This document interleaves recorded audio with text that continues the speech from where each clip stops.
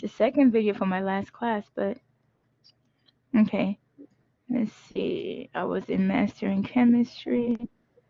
I think I clicked on something else. Hold on. This is what I'm on. Okay. So I'm on this page right here. Is it this one here, the modality? No, it's not that one. Okay. Let me see.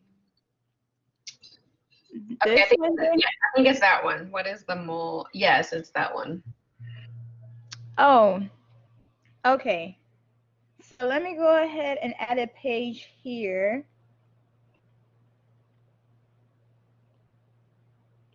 To my iPad so I can write the question out.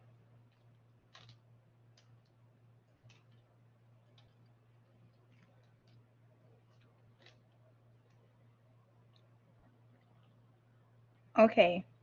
So what we're working on here, it says on the left, I have to minimize something. I don't have enough space. So what volume? So we're looking for volume. And based on the answer choices, it's going to be some number in milliliters. We're given molarity. Molarity is 3.00 molar of CH3OH. And this is needed to provide we're also given moles. And the moles is 0.220 mol. Now, this may be a bimodal question, meaning that you may have a different number from mine, but we're going to be looking at the process, right? So we know that molarity is essentially, the formula is molarity is equal to number of moles of solute. Hold on a second, let me finish this one here. Solution.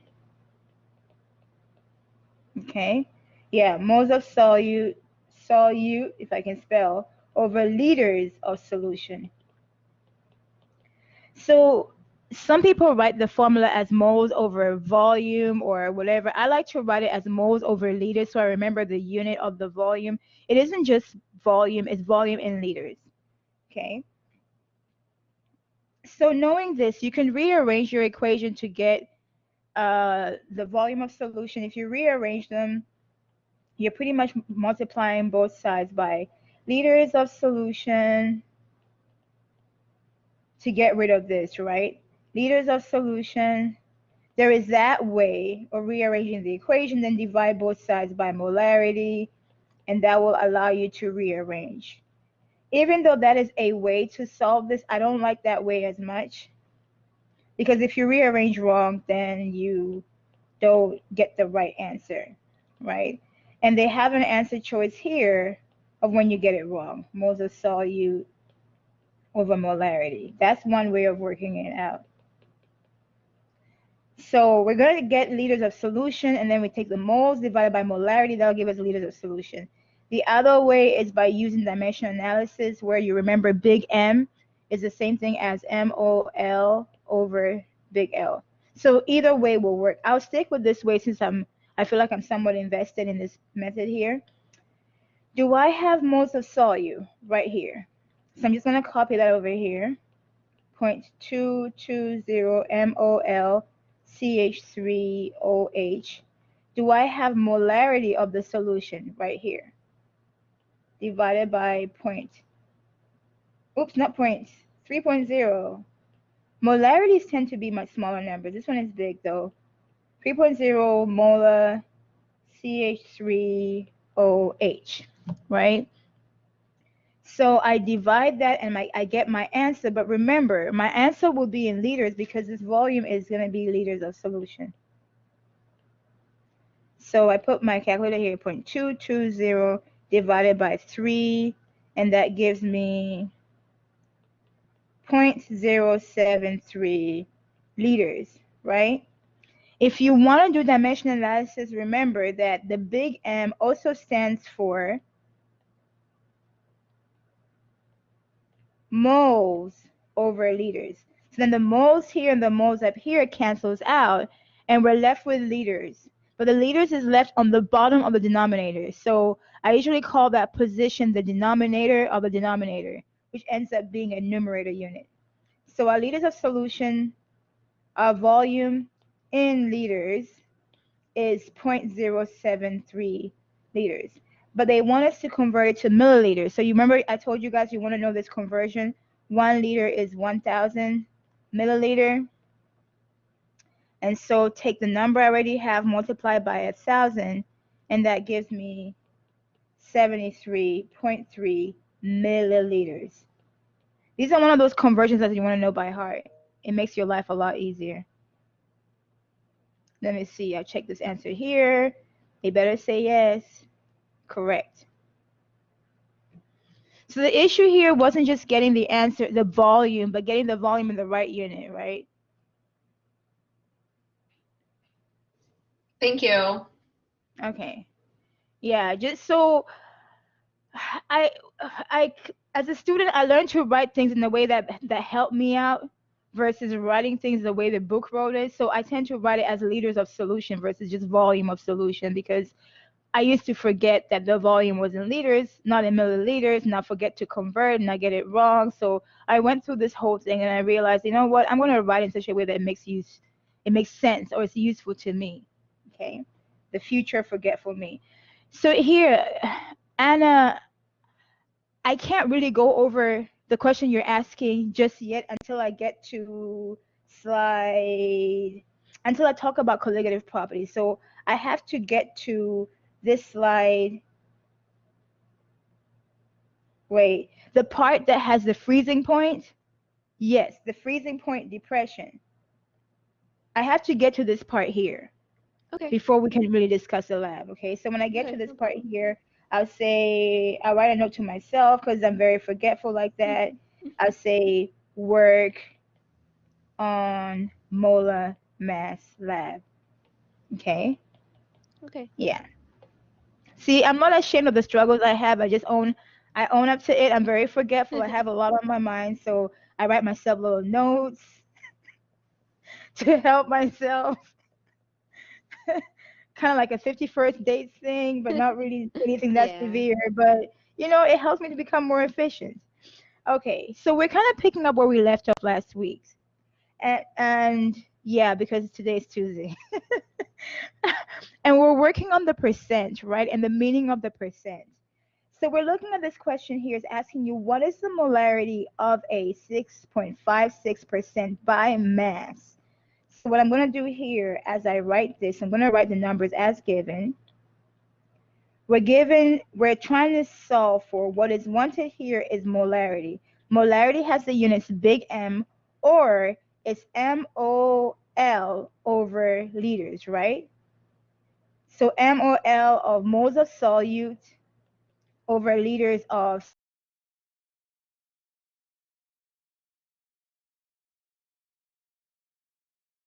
for molarity. So I'm right here. And we're given this number. So given 6.56%. 6.56%, and we're told it's percent by mass of a glucose solution. Okay, so if it says percent by mass, that means percent means the number provided over 100, right? So I'm rewriting this as 6.56 grams because it says mass. When in doubt, assume grams unless everything else is talking about stuff in kilograms. Okay, so we're going to assume grams and then go with that. And then it's the grams of the solute, the part over the whole. Percent always means by 100 or over 100 grams of solution. So the part here is the solute, the whole thing is the solution, right? So that's what this means. Okay, so right now I'm right here. The density of the solution is 1.03 grams per milliliter. So once again, I'm given density as equal 1.03 gram, they said per milliliter. That's what they said, 1.03, right? And this is density of solution. So once again, I'm going to rewrite this number in a useful form for me. The context here is solution, right? That means everything, the gram and the milliliter are about the solution. So the top part will be 1.03 gram. The word that goes with that is solution, right? Because I'm just trying to emphasize that. Over on the bottom is milliliter. Since there's no number here, I'll write 1, and this will also be solution. Okay, so I'm taking the moment to define what these are. I need to know what they are so they're useful for my conversion. Okay, what was the question again? Oh, I have it right here. What is the molarity? Now, I wrote molarity in two possible units because if there is an M in the other two numbers, if there's a big M, if I get the M in the numerator position, that tells me I got my answer and I can stop my converting, right? If there is no M available, but instead I have moles of solute in the numerator and liters of solution in the bottom, then I know I can stop. Since these are my wanted units, they're also my stopping point units. Okay? Now we have these two. Let's see. So we have to rearrange our mass so we have this concentration here. Okay, this works. We have moles of solute. We have grams of solute. So maybe we can convert the grams of solute because there's only two solute units here, right? Let me highlight it. We have this right here, and we have this right here. These are the only two solute units I have. That means I can go from grams of solute to moles of solute, right? Because my desire in my final answer is to have moles of solute in the numerator position. So seeing that I have this similarity here, I will start with my solute. So for my solute, my first plan is to convert gram of solute to moles of solute. Because I already wrote how I want my desired unit to be, right? Either this way or this way. Based on the numbers I have, it most likely won't be this way, most likely will be this way. So convert grams of solute to moles of solute. Okay, what is my formula for moles again? Moles equal grams of solute over molar mass of solute. Okay, you want to make sure you have these formulas written down. You want to memorize these formulas. They will be your friend right here. So I'm going to get moles of solute. Okay, so plugging in the numbers, I need grams of solute, which I just had. I'm going to take this top number and the unit, 6.56.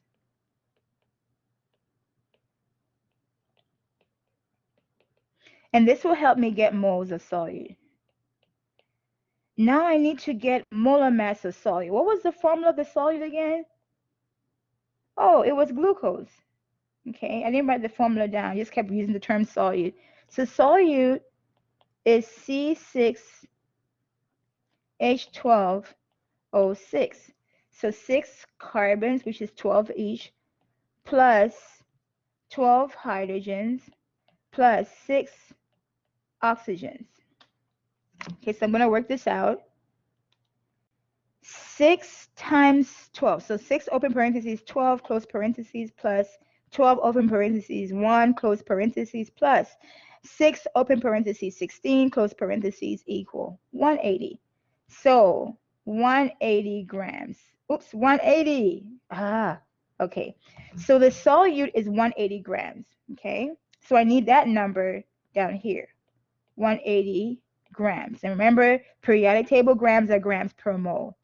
So the grams here divided by the grams here, we end up with mole. Mole's on the bottom, so it's going to be denominator. Denominator ends up being numerator. This is still of the solute. So this is going to be moles of the solute, and our number will be 6.56 divided by 180, and I end up with 0.0364. That's enough decimal places. Okay, right here. Next, I got moles of solute, right? Do I have enough to get liters of solution? I need liters of solution. So before I continue, let me see. Let me highlight a different color so we can see what we're looking at here. Green. Liters of solution is right here. There are two other numbers that have solution in it. There is a gram of solution. That's not what I'm looking for. There's a gram of solution here. That's not what I'm looking for. So let me undo what I just did. Is there another volume unit that goes with solution? Maybe not the same unit, but it's a volume unit. Yeah, right here. Y'all see that? I have a milliliter of solution. So maybe I convert that milliliter of solution into liter of solution. Just like I took this part out here, maybe I can take this part out here. Okay? I know chemistry is interesting like that. I don't want to say it's weird, but it's interesting like that, where the fractional number, you can actually split it up. It was actually mentioned back here that when you have a fraction, you can split it up. It was somewhere here in words. But anyway, yeah, that you can take the fraction and divide it in two and take the top part, move on with it, and leave the bottom part. So that's what I'm doing right now in this question. Okay, I'm separating the fraction into parts. So back to this number here. This density has the volume, 1 milliliter of solution. So I'm going to continue with that, which is for the solution, my plan is to convert 1 milliliter to liters of solution. Okay, so starting with a volume of 1 milliliters, I know my conversion is 1 liter goes with 1,000 milliliters. So I take this, and remember, oh, I'm being lazy here, my bad. I'm trying to train myself to not take shortcuts. It's 1 milliliter of solution. The units do matter, and the description does matter. So this would be 1,000 milliliters of solution. It's a small thing, but it is a big thing because it does help you know where you're heading. Okay, so this and this cancels out, right? So now I have my liters in solution. So it's going to be 1 divided by 1,000, and I end up with 0.001 liters of solution. Okay, so I have accomplished that goal, right? So having these two numbers now, can I go ahead and do my setup? Let's see. I have my moles of solute. I have my liters of solution. What are we looking for again? Molarity? Yeah. So molarity is equal to moles of solute over liters of solution. I got my moles of solute up here.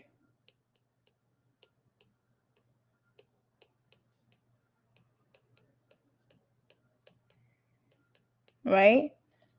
Divided by liters of solution. 0.001 liters of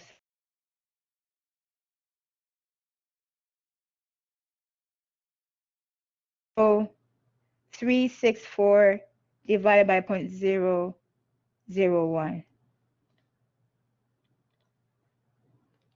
0.0364 divided by 0.001. Okay, for some reason I get 36.4 molar.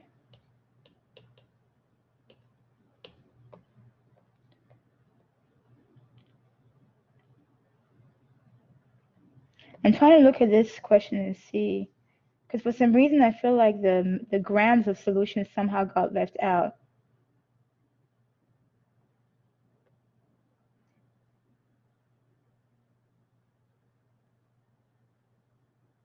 Yeah, as I'm working this out, I'm trying to figure out. Oh, okay. Yeah, I'm trying to figure out why these grams got left out in my calculation, right? So I feel like there's one more step that I need to do in working this out, which is to deal with those grams I have. Yeah, as I'm working with this part here, even though I sorted these out to work this out here, real quick, let me go and rearrange. I do apologize about this step right here.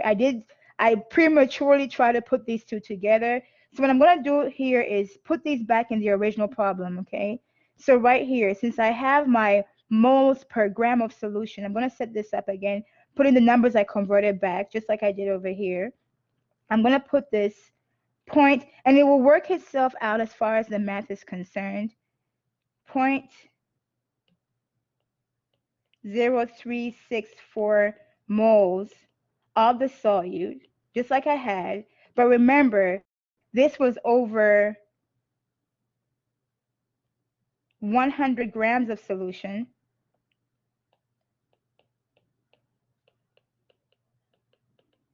And this will allow me to multiply it. Now, I was trying to figure out why I never got to use these numbers right here. 1.03 grams of solution. And now the volumes that I converted to the right unit, this will now be over 0.001 liter of solution. So this would be like the alternative way of working this out. Now the grams of solution cancels out with a gram of solution. When you take this number and multiply it out, your units work out right. Okay, so you don't take them apart like I just did. You actually work them out that way, and you end up with 0.0364 moles of solute. Now there's more than one way to work it out. Dimensional analysis gives you the fluidity of working things out so many different ways.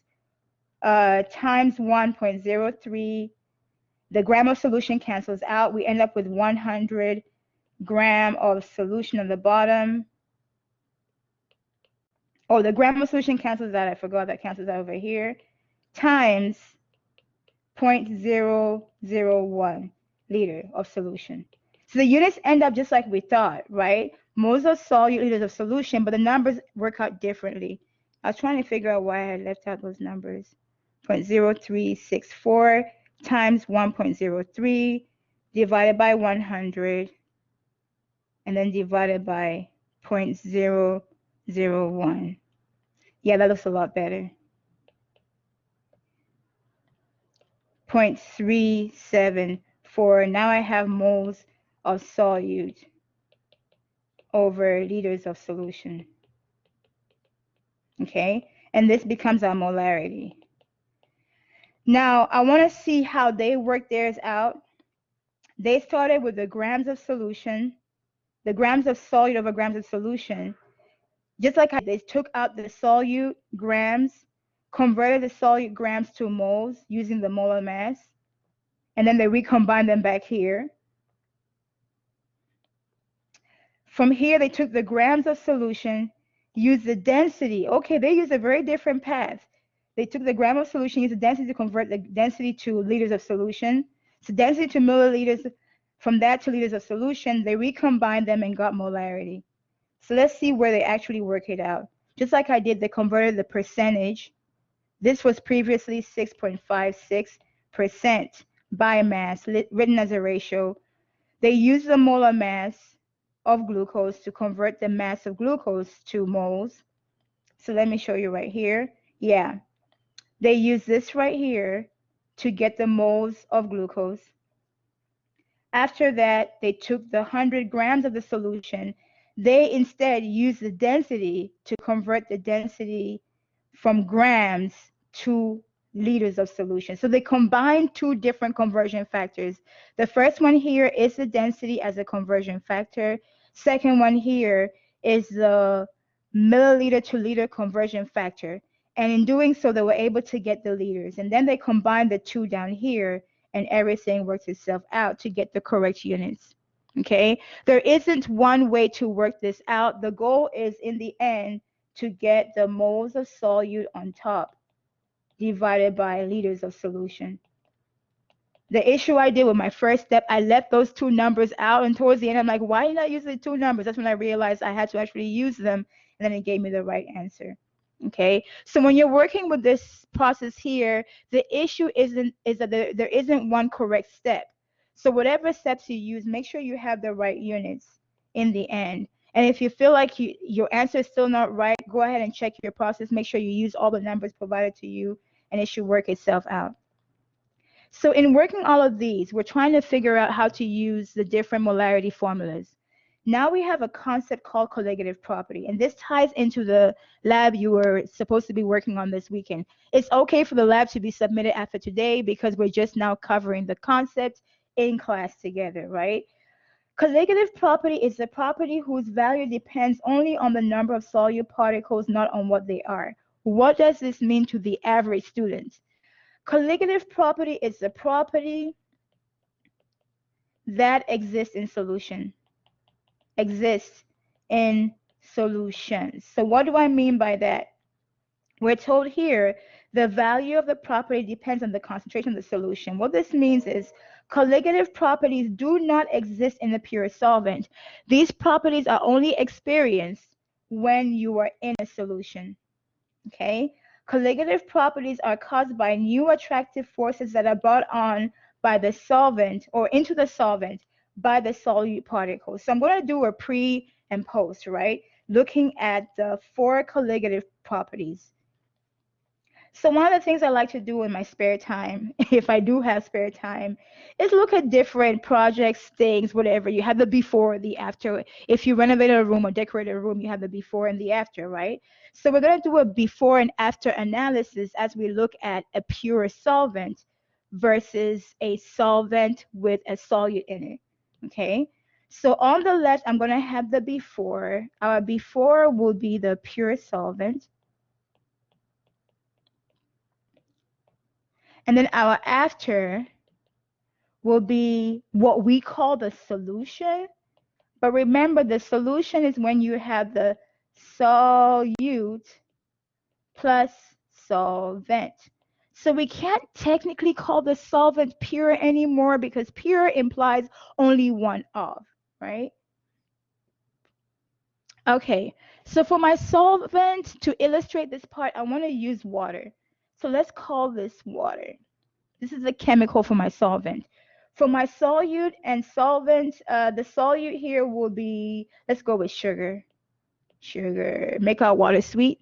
So our solvent is water. So our solution is essentially sugar water, okay? Okay, so let's talk about behaviors here.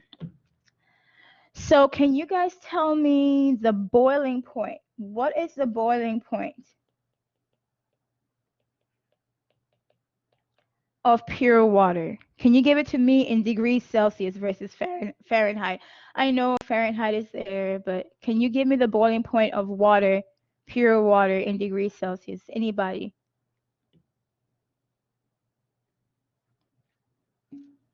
Okay. Boiling point of water is 100 degrees Celsius. Okay. What is the freezing point? Thank you for that. Freezing point of water in degrees Celsius.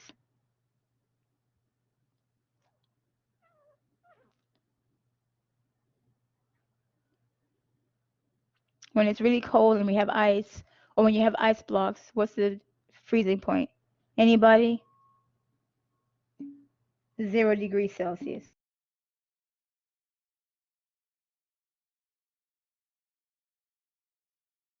Is not the existence of a boiling point or the existence of a freezing point. But from what it says here, it's actually the lowering of the freezing point and the elevating of the boiling point. So what we see here is when you have a solution, we have an elevated, so I'll call here elevating the boiling point. So it's not the existence of one because the pure solvent also has a boiling point, but the presence of the sugar molecules actually elevates the boiling point. So let me write here elevates versus elevating. Elevates the boiling point, the presence of the sugar. So remember, the colligative property that we are experiencing in solution was brought on by the sugar. Take the sugar out and we don't have the effect. Bring the sugar back in, all of a sudden we're seeing an elevated boiling point. Okay, and we'll see why in a second, in a moment. And then we have freezing point, we have lowering of freezing point. Okay, so far we have They call it depression or lowering. It's the same thing. Elevating or increasing or heightened. Okay. Then there's two other factors we see, which is vapor pressure lowering, and then the other one, the existence of osmotic pressure. So we also have another characteristics, which is vapor pressure. Okay. So I'll make up a number 24.3 torr. Let's say this is the vapor pressure of pure water. What we see here is a lowered vapor pressure, and then we'll talk about why, okay, as we go through the lesson. So somehow the sugar in the solution, the sugar in the water lowers the vapor pressure, the amount of vapor around the liquid. And then finally have no osmotic pressure in water. If you look at water, there's no osmotic pressure. Osmotic pressure is the pressure that builds up in a solution because of the presence of the solute. So the solute is a very important ingredient in having osmotic pressure. Since the purest solvent, the water only uh, phase does not have anything else but water, we cannot have osmotic pressure. But when you have water and sugar, now we have the existence of osmotic pressure. Okay. So this is kind of like the before and after. Sorry, it wasn't as exciting as a makeover, but this is the before and after. So this kind of helps us to understand colligative properties. These properties are only experienced when you have a solution. And so if you have more solute, the effect is greater. So somewhere here in these definitions here, it says the value of the property, whatever property we're looking at, depends on the concentration of the solution. So in other words, we can conclude the greater the concentration of the solution, aka more solute, the greater the effect. Which makes a lot of sense, right? When I was in school, I don't know why this definition baffled me. I'm like, what are they trying to say? Well, they weren't communicating it directly like that. They're trying to say a lot of things, but not really saying it. So it's like if the solute is the one that's causing the effect, if you have more solute, you have a greater effect because there's more solute to bring about that effect. Okay, so we're not going to start in order. We're going to start with vapor pressure. Exactly how does this happen? We're starting here. So I like talking about this story right after the Super Bowl, even though I'm going to admit, I know this is really, really bad. That I don't really get football. Like I see that they're running and then there's a ball and then there are people blocking other people. And I've learned a lot since I started watching football, which is not a whole lot, but I still learned something, okay? But we're going to look at the effect of the solute molecules and how they block other molecules when we're talking about this. So I may use a very loose football analogy. Pardon me, I'm just trying to do my best. The vapor pressure of a solvent above a solution is lower than the vapor pressure of the pure solvent. Okay, so this is the bottom line. We're going right there to the bottom line. Why does the lowering happen? We're told here the solute particles replace some of the solvent molecules at the surface. The pure solvent establishes a liquid-vapor equilibrium. Addition of a non-volatile solid reduces the rate of vaporization, therefore decreasing the amount of vapor. So let's go to the football analogy. So I was told by my students who try to school me on how football works that there is no such thing as a blocker. And I was like, why though? There should be. It makes so much sense. So I'm going to draw a picture here on the left, and this is going to show you a container, liquid. Remember the gas is vapor. And this is a solvent only. This is our water only, right? AKA water.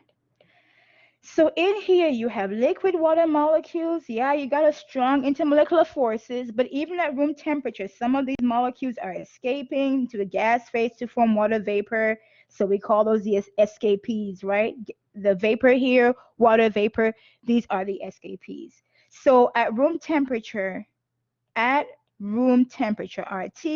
let's say the vapor pressure from the water molecules that are in vapor form, let's say the vapor pressure is about 24.3. Let me write this a little better. So let's say vapor pressure is 24.3 torr, okay, at room temperature. Now we have a solution. Let's see how the solution condition is different.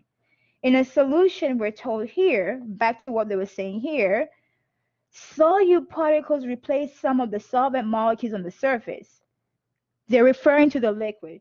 So here we have the same number of molecules in the liquid phase, but all of a sudden we have the solute. So I'm going to make the sugar blue. Okay.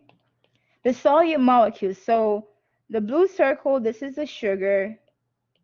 And of course, the red circle is the water.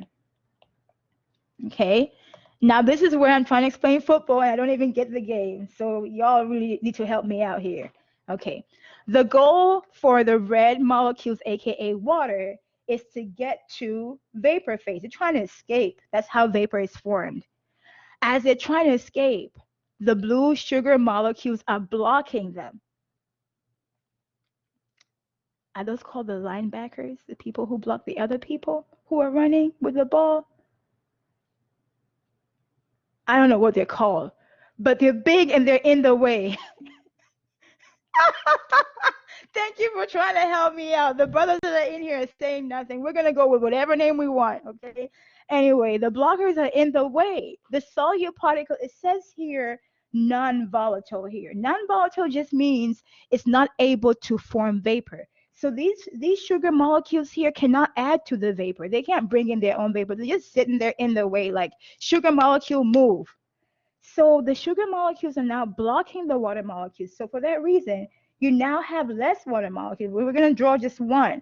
This is the one that managed to bypass. It had to get extra energy just to bypass these sugar molecules that are in the way. Okay? So sugar molecules block water molecules. So when you're trying to get an equilibrium of movement, so you at least have the amount of vapor that can be made, less vapor is made because the sugar molecules are unknowingly in the way, and they're not even contributing to the vapor because they're non-volatile. Non-volatile means cannot form vapor. So their presence decreases the amount of vapor pressure. Okay? Now it says here, eventually the equilibrium is reestablished. The movement of the molecules going from gas to liquid and liquid to gas, eventually that gets, that gets stable. But when that happens, you just have less pressure, you have less vapor molecules. Okay? So we just discussed this first one here. We got less vapor. Why? Sugar molecules. Sugar or solute molecules block solvent. It's not personal. They're just there, not really contributing.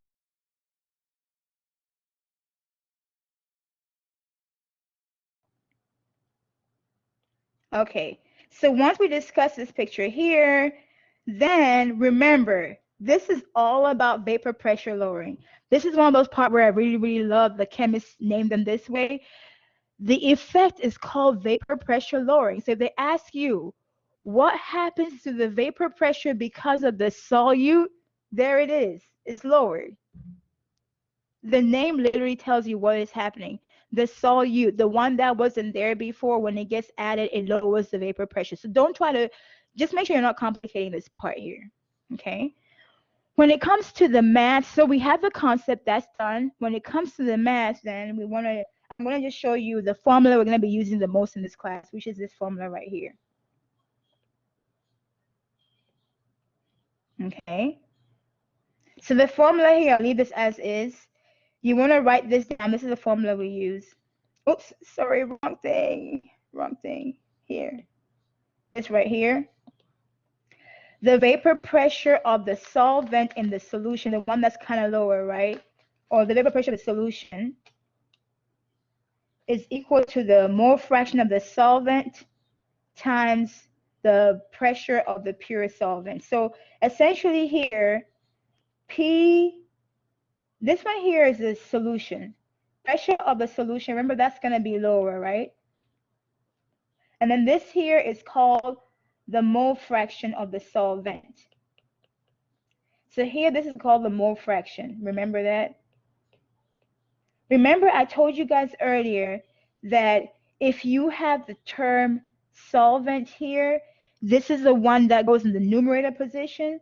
So for this one, you write, remember, mole fraction is a fraction of moles, moles over moles. So you write moles of solvent over moles of solution. Okay, because the word solvent is on the bottom. And of course, P naught of solvent, that's just the pressure of the solvent that was higher before you brought in the solute. So this is the pure pressure. So just make sure you have this formula here, and we're going to work this out to see how this formula is used to solve problems. So as I highlight the formulas, make sure you are highlighting the formulas in your notes. I try to keep it simple with this part because it can get complicated. Most of the questions we work on, this is the formula you need when it comes to vapor pressure. Okay. So we're going to be using that equation in this problem here.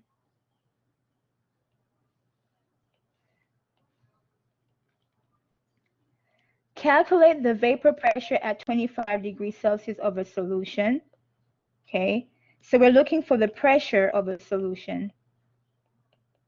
We know the formula is pressure of a solution is equal to mole fraction of solvent times the pure pressure of the solvent. The circle here means pure, not mixture, right? It's not a degree. I know, I was like, seriously, chemistry people? But yeah, that's what it is. Okay, solution containing 99.5 grams of sucrose. So we're looking for this. I don't know what the units are yet. I have to keep reading on. We're told we have 99, so this looks like the solute. The solute is 99.5 grams of sucrose. Let me elevate this a little bit. And the solvent, oh, okay, hold on, it's hard to write here. Solvent is 300 milliliters of water. This is a solvent only, right? It's not saying the solution. Okay. So the solute is sucrose, the solvent is water. The vapor pressure of pure water at 25 degrees Celsius is 23.8. Okay, so we're told pure water, pure solvent, which is the water, has a vapor pressure of 23.8 torr at 25 degrees Celsius. Oh, since the pressure here is torr, then the solution will also be torr, right? Because the units have to map out. So I'm right here. Assume the density of water to be 1 gram per milliliter. So we're told density of water is 1 gram per milliliter, which is 1 gram per 1 milliliter. Okay. So I'm looking at this formula here and I'm trying to figure out what should my plan be. I'm trying to solve for pressure of solution. I need to have my mole fraction of solvent, and I need to have my pressure of solvent, the pure one. Oh, look, I have this number here. I have it as 23.8 torr. So all I need is this fraction here. Remember, mole fraction of solvent is essentially number of moles of solvent over number of moles of solution. Number of moles of solvent plus number of moles of solute. Okay? Based on what they gave us here. So when they work this out, let me make sure. Yeah, when they work this out here, we now have to, because I have my solute in grams, and I have my solvent in milliliters. So I have to convert these until I get all of these. Let me start with my number of moles of solvent. I can do that. So we can do moles, let's see, of solvent, which is the symbol N of solvent. I'm going to try to solve for this. Okay, remember the solvent is H2O. So I was given 300 milliliters of H2O. My goal is to convert this into moles of H2O. You can't go from grams to moles from milliliters to moles directly. You have to go from milliliters to grams, then grams to moles. So they gave us density of water. Density of H2O is 1 gram per milliliter. So I'll do this. 300 milliliter of H2O. I use my density as a conversion factor. The way it's written, just like that. I'll put my 1 milliliter of H2O here, my 1 gram of H2O here.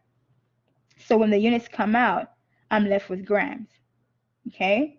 This is going to be grams of H2O. Same number since the density is 1.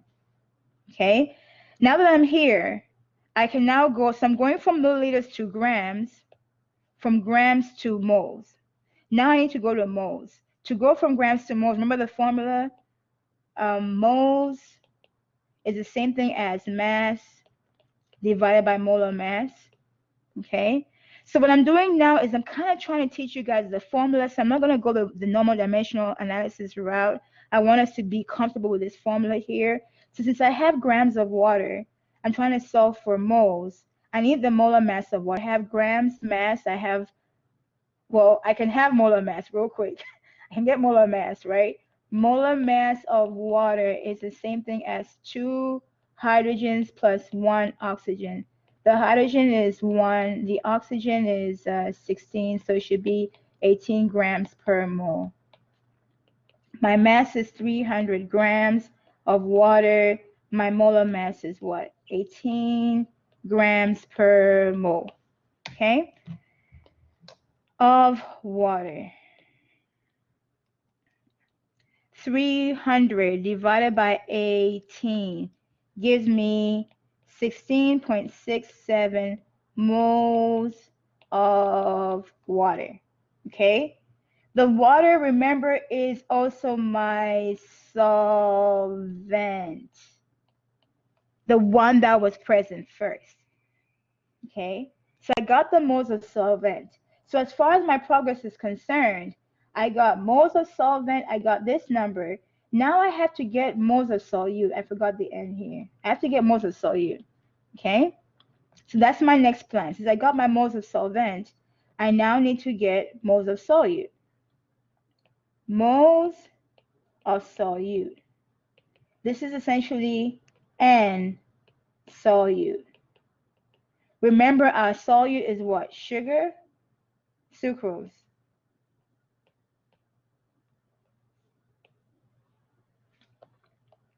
Okay. C12H22O11. So we got C12H22O11, right? And they gave us 99.5 grams. So I'm going to start with that.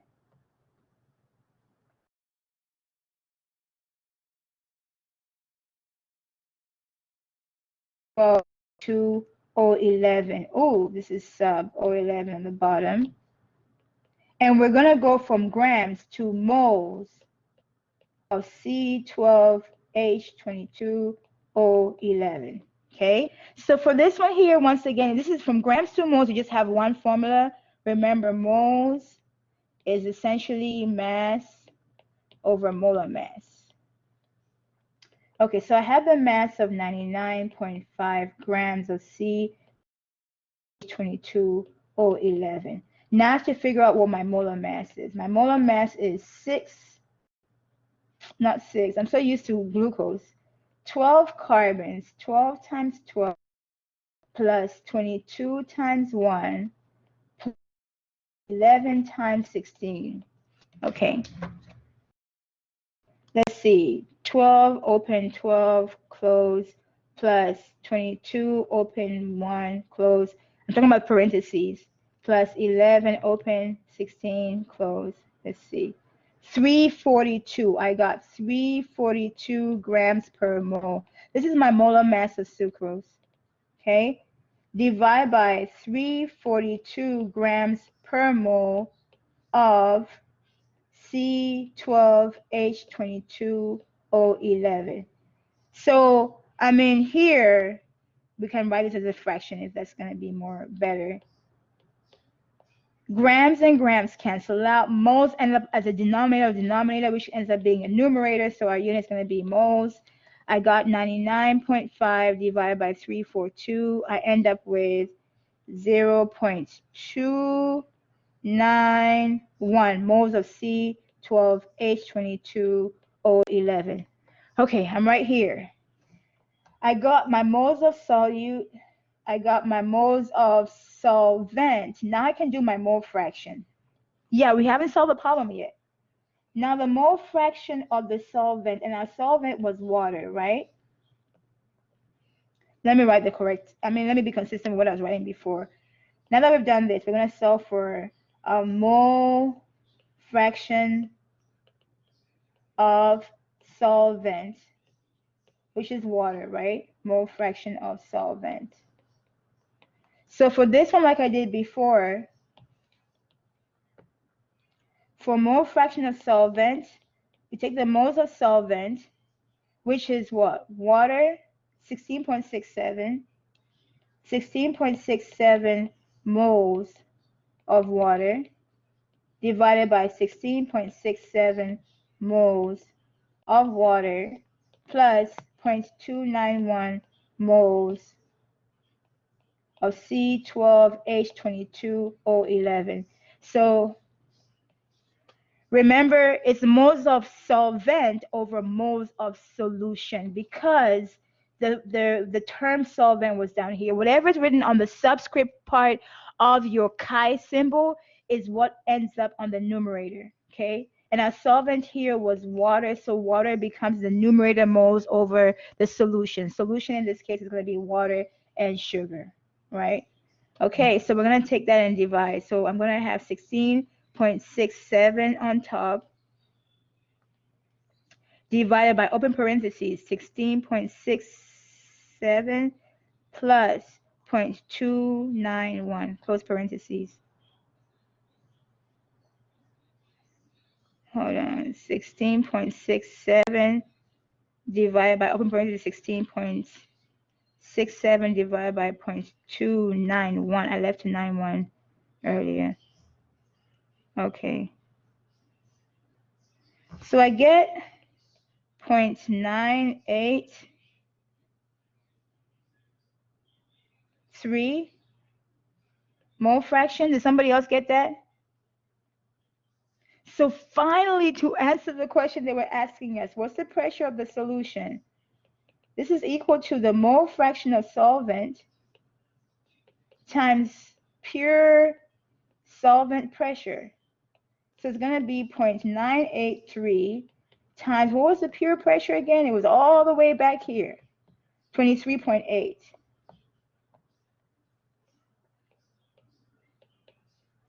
Times 23.8.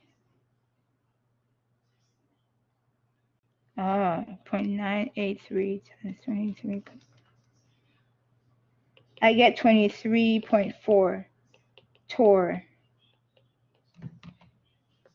Okay. So the pressure is lowered. Is it lowered by that much? No, but it is lowered, right? So we go with that. The pressure is not lowered by that much significantly, but it is lower. So pressure of solution, as you can see, is lower than solvent only. Okay? Any questions about what I just worked out? Let me check the work to make sure that I got what they got. Yeah, right here. Okay. So we're told here vapor pressure lowering occurs at all temperatures. And so how does this influence boiling? It influences boiling by a lot. Because of the changes in vapor pressure due to the solute's presence, this results in the temperature required to boil the same solution being higher than the boiling point of the pure solvent. And this also results in the temperature required to freeze a solution being lower than the regular freezing point of the pure solvent.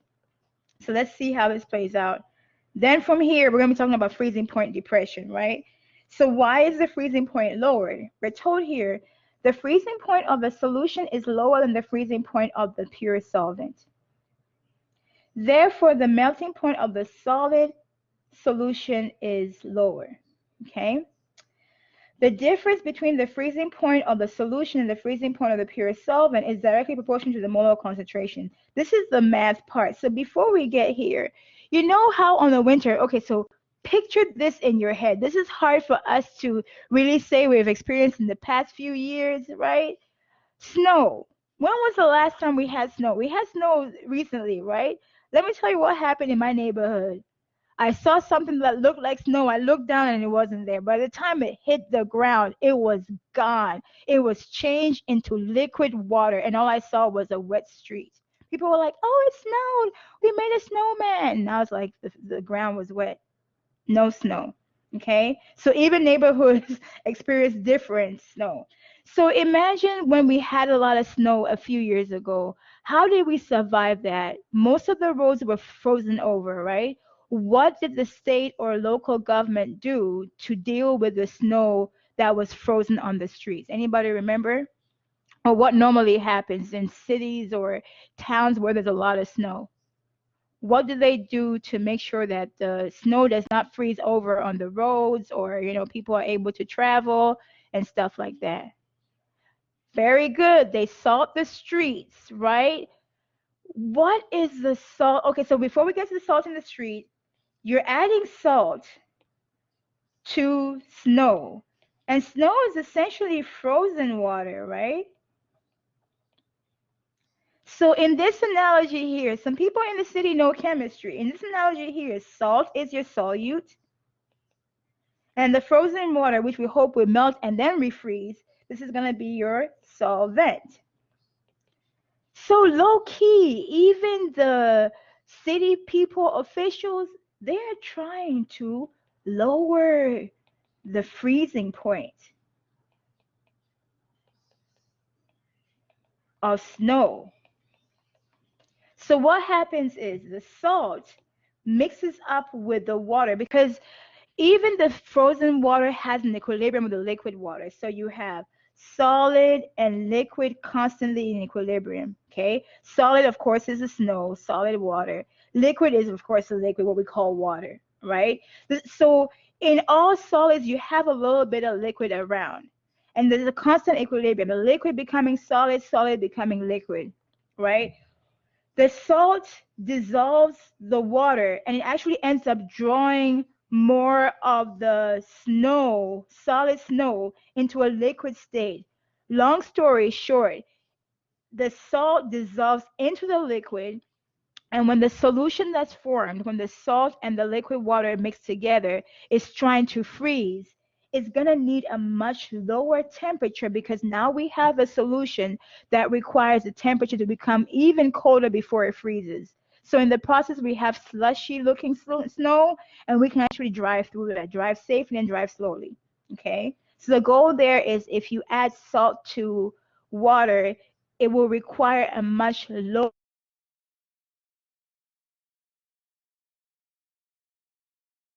Let me write this down, because y'all need to know this conceptually. A solution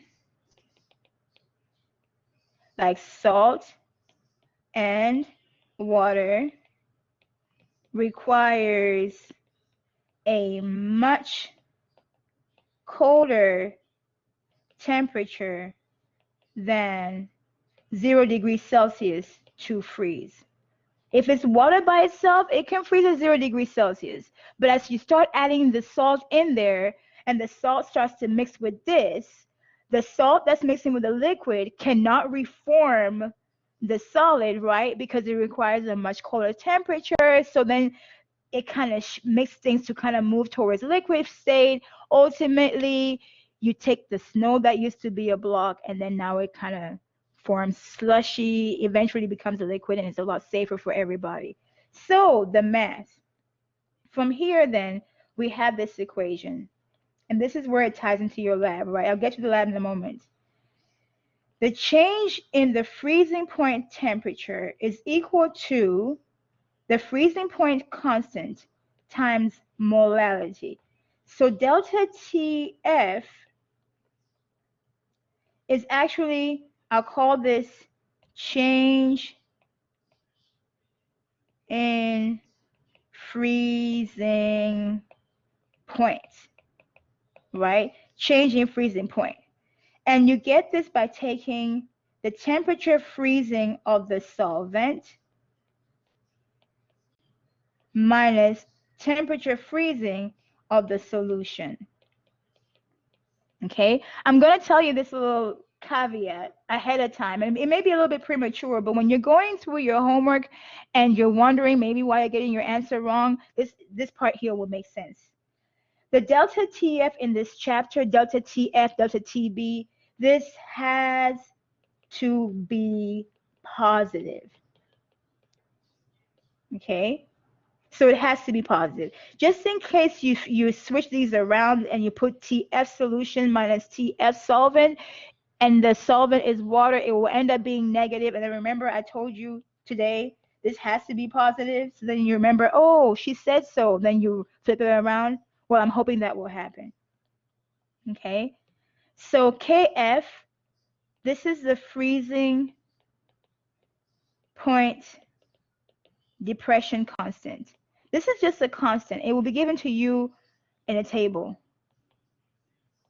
Okay, little m stands for molality. So remember what molality was? We just covered in the last time we met. Moles of solute over kilograms of solvent versus solution, right? So little m stands for this.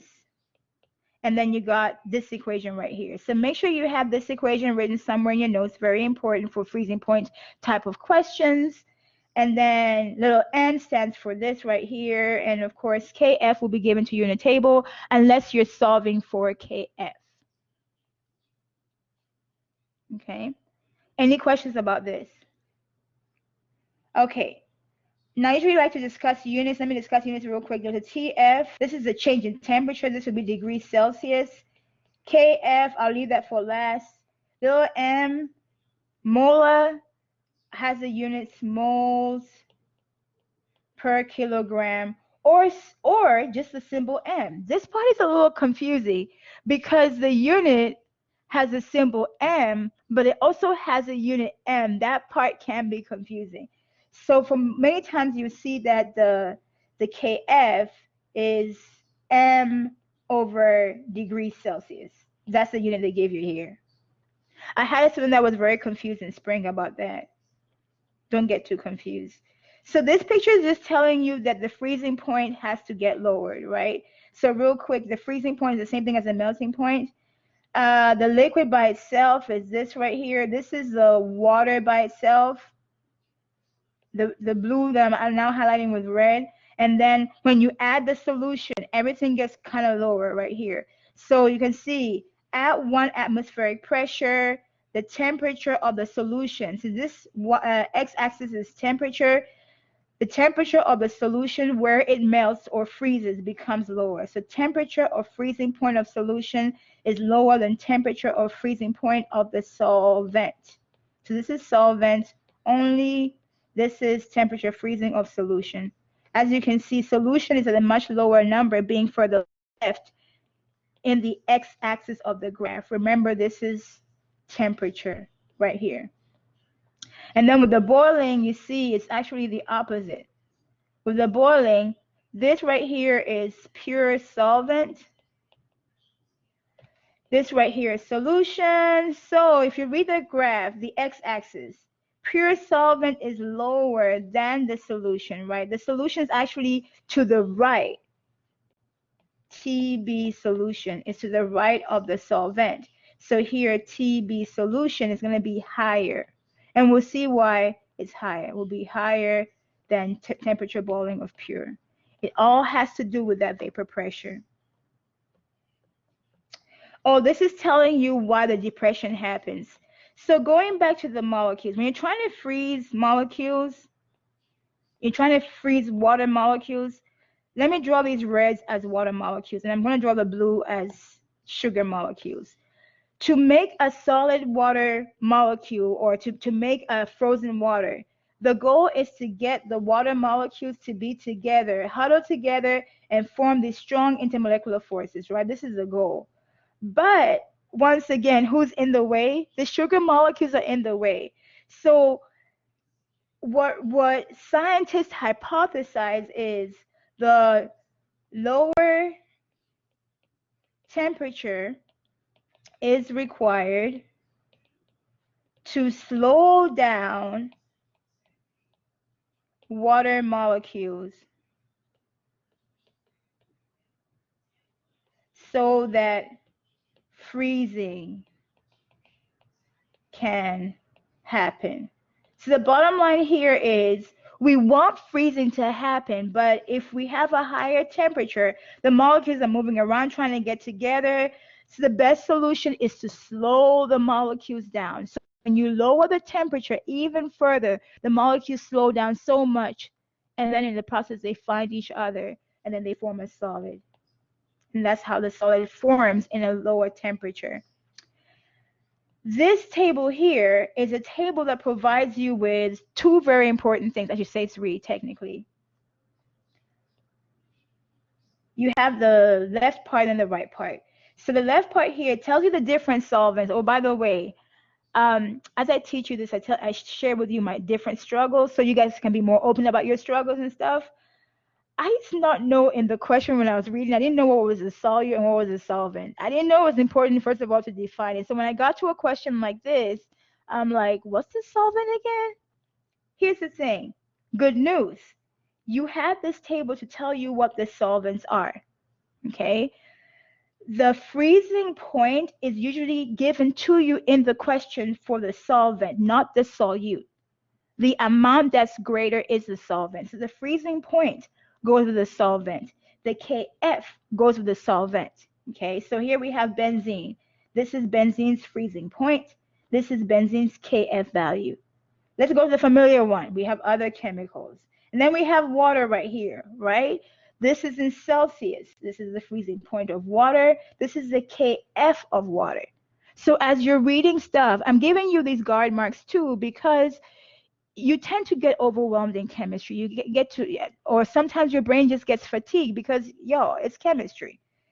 Just in case you forget, the freezing point and the Kf is provided for the solvent, not the solute. Okay? Same thing on this side. When we're looking at boiling point questions, the boiling point is given for the solvent, and so is the Kb, not the solute. We're trying to figure out the effect on the solvent because of the presence of the solute, if that makes sense. So we are studying effect on solvent by solute. So that's why the focus of this table is solvent. Stuff is happening to the solvent that wasn't there before because the solute was added, right? Okay, finally a problem. Here we're being asked, what is the freezing point of a 1.7 aqueous, keyword here,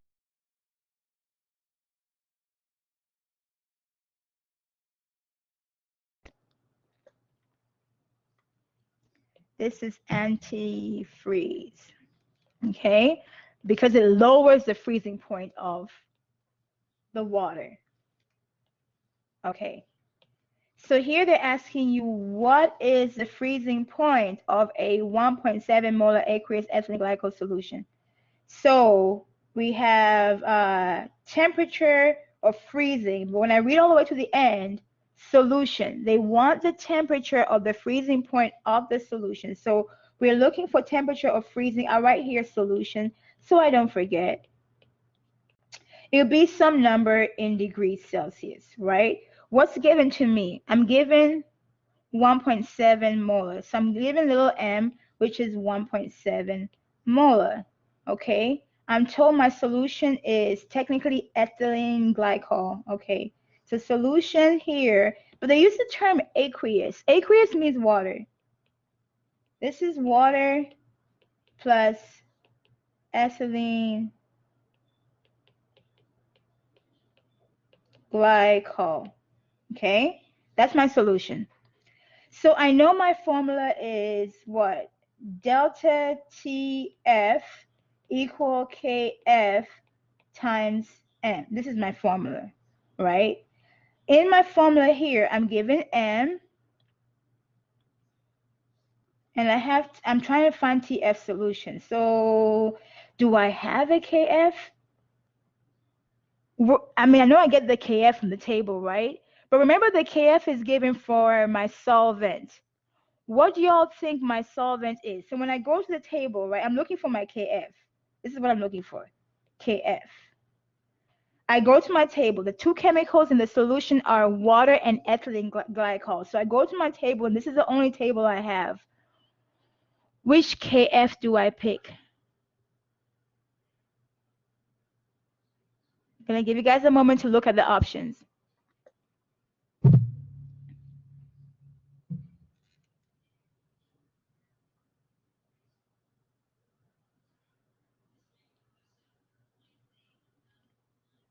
This is the only table you got to pick from. So which one will it be? Any takers?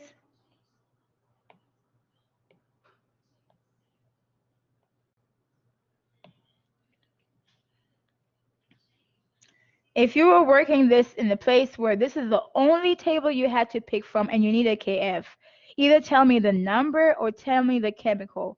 Which one are we going to pick? Remember, we have ethylene glycol. In our solution, we have ethylene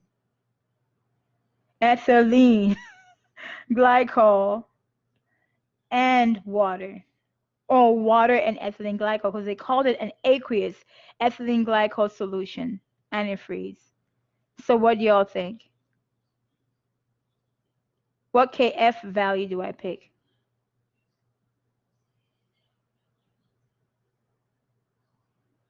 I mean, there's only two chemicals to pick from, right? So do I have ethylene glycol in my solvent options? There's ethanol, but that's not the same chemical, right? So if there's no ethylene glycol, I'm trying to show you guys exactly. I'm trying to show you guys how to figure this out. If you are in certain places I will not label, and you are stuck, and you're like, which is which, right? Since there is no ethylene glycol, it's gotta be water. And for the most part, when water is present, water is the one that's the solvent. Okay, so if you've ever had to put antifreeze in your car, you understand the struggle, because at some point, this is how you know things were hard for me. I didn't have a lot of money, so my brother taught me how to dilute it so I can stretch it. Anyway, I diluted it with water because the solvent in there was water. That's all I can say. The car did run for a while, then I had to sell it because it stopped working. Don't even try to overanalyze this. But yeah, the solvent in there is water. Okay? Remember, the solvent is what they're giving you the KF for. So KF is going to be 1.86. So 1.86. And this is going to be molar or degrees Celsius over molar. Yeah, based on when this is positioned. Okay? Yeah. Okay, now that I have this, let me see. So now I have this, I have this. They're saying don't find the difference in the freezing point temperature. Find the temperature of the solution. So I need the temperature of the pure solvent, right? I need the freezing point of the pure solvent. Since I just got the KF from here, this is what I need. 0 degrees Celsius. Okay, now I think we're ready to work this out. Delta TF equal KF times M. KF is 1.86 degrees Celsius over M times, what is little m? This number right here, 1.7 M. Multiply this out. We get this to be 1.86 times 1.7, 3.162 degrees Celsius. Delta TF freezing is going to be this. But they want TF of solution. So remember, delta TF equal TF solvent minus TF solution. I have to usually rethink this, like think it carefully, okay? The solvent we said was 0 degrees Celsius.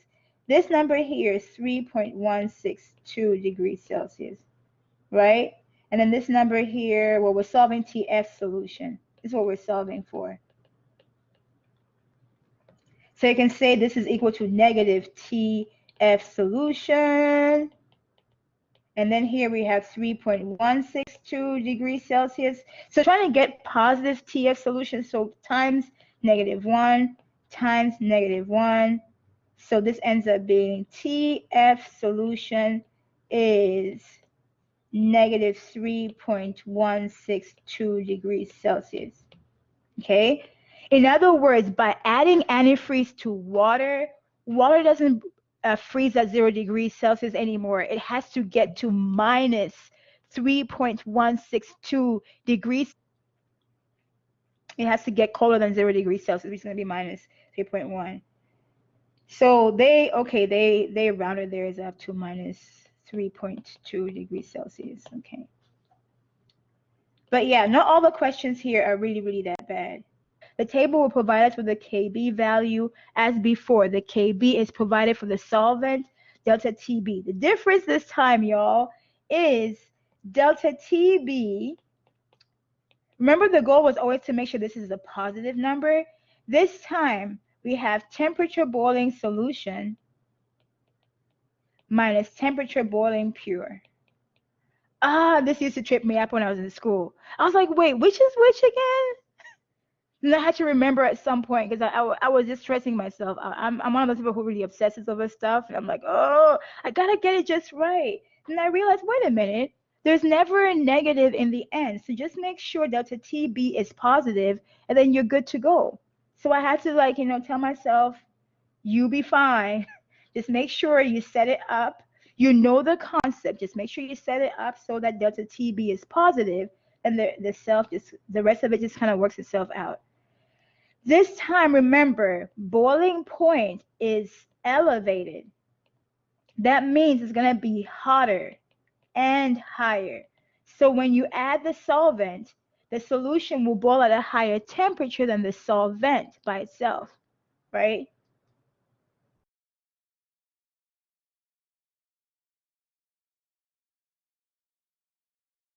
Really caught up in stuff, and then, yeah, I'll finish this part. Man,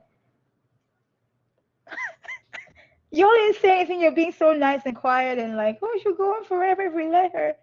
Let me work this last one out. Okay, so for this one here, again, ethylene glycol. So let me scoot this over, and then this will be the last one, and I'll let you guys go. They're asking you here, what's the mass of ethylene glycol in grams? So what mass of ethylene glycol in grams must you add to 1 kilogram of water to produce a solution that boils at 105 degrees Celsius? Okay, so we're trying to solve for wanted. This is going to be grams of ethylene glycol, C2H6O2. And this is the solute, right? So this is going to be the solute because you're adding it to water that makes that the solute. Must you add to solvent? We're given 1.0 kilograms. And this is our solvent is water. And then temperature boiling solution, which is boiling hotter than water temperature, is at 105 degrees Celsius, right? Since pure water boils at 100 degrees Celsius, temperature boiling of solvent, just water, is 100 degrees Celsius. Okay, so we got these two. The change in boiling point is 5 degrees Celsius. Okay, people, Change in temperature of boiling is 105 minus 100, therefore 5 degrees Celsius. They're telling us everything. Great. We got delta TB. So since our water is a solvent, we need Kb, right? So what is Kb? I have to go back to that table because the context now is boiling point. Where's that table? It seems so far away now. 0.512. I don't memorize concepts because it's harder for me. So sometimes I do remember it, but Kb is 0.512 degrees Celsius over M. Okay, so we know in this context here to write the formula delta TB equal Kb times M. I have my Kb, I have my TB. So whatever I'm solving for is somewhere here in M. They did say find the grams of the solute. So I have to find M first, and then somehow I'll work my way from there to the solute.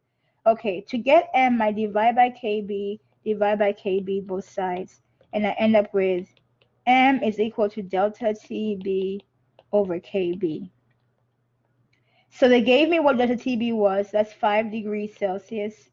Kb was this constant right here, divided by 0.512 degrees Celsius over M. This is going to be M. So I'm going to work this out. I'm almost done, y'all. Now let you go. 0.512.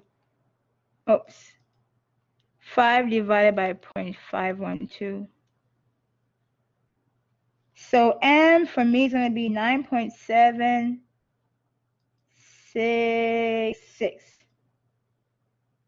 Yeah, 9.766 M. Okay, but they want us to get the mass of the solute, right? The mass in grams. Okay, I can do this. So I have M. M is moles solute over kilogram solvent. So what I'm solving for, mass of solute, is somewhere here, right? So do I have little m? Yes, I have this number right here. Do I have kilogram of solvent? Let me go back and see the numbers that were given to me. Yes, I have kilograms of solvent. So I have this number right here. So to get moles of solute, I just multiply these two numbers. M times kilogram of solvent give me moles of solute. So 9.766 M times 1 kilogram. Oh no! Okay, I need to write fast because apparently the pencil is about to die. You know it's bad when the pencil is about to die, right? 9.766 moles of solute.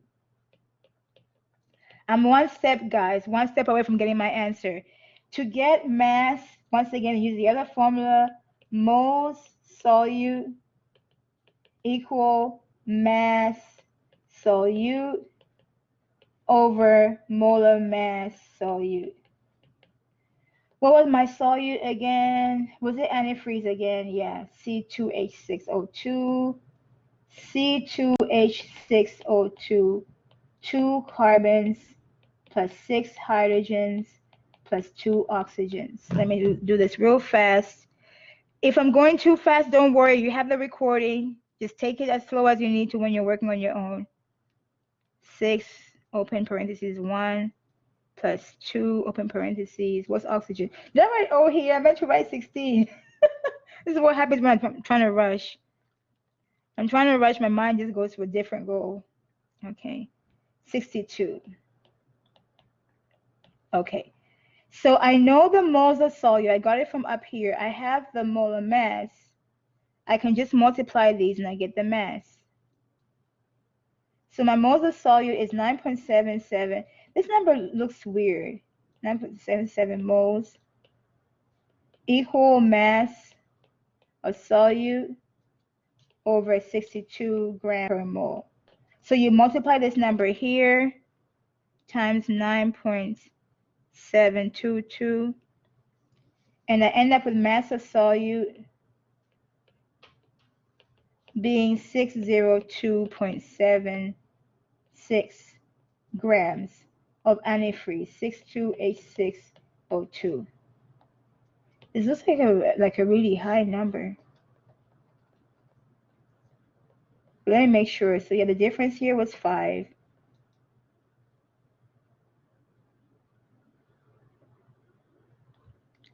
5 divided by 0.512. Yeah, that's what I get for moles times kilogram. Okay, I get 602.7 or zero point 0.8. Let me see what they get because the number just seems a little high. Yep, they rounded up. They rounded up, but yeah, their number here is 6.1. I guess it's rounded up slightly differently based on the way they use the numbers, but 610 grams. So it is a large amount of antifreeze. But yeah, that's the number they get. So I would say when we meet next time, we'll meet here. Start here. Please come in with questions because we're almost done with the chapter. Come in with any questions you have so I can make sure that we complete all of this on Thursday. Okay? Do you all have any questions? I know I have talked quite a bit, 24 extra minutes, but at least we went over the labs, right? So don't wait too long. Work on the lab as soon as you can so that you can at least get the practice. Okay? Does anybody have any other questions? If not, you guys have a great lunch. I will see you guys on Thursday. I can't believe it's only Tuesday. I was going to say next week, but it's just Tuesday. Okay. Thank you. Okay, you're welcome. Hey, Jacob, you're very you. quiet. Yeah. Okay, thank you guys. See you Thursday. Bye. Bye.